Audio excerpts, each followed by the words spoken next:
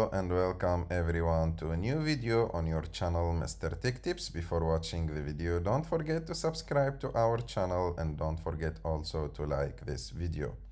In today's video, I will show you how to adjust keyboard brightness on MacBook.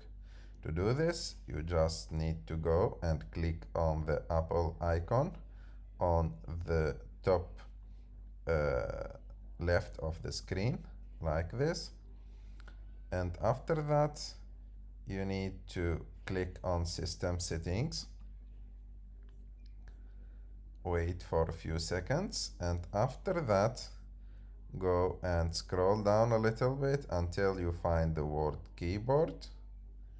Click on it, and after that, as you can see now, there is like an option called keyboard brightness, and you can adjust it as you want to make your keyboard more or less bright as you like and as you want. I hope that you like this video. If you like this video, don't forget to subscribe to our channel, to like this video, and see you in the next one.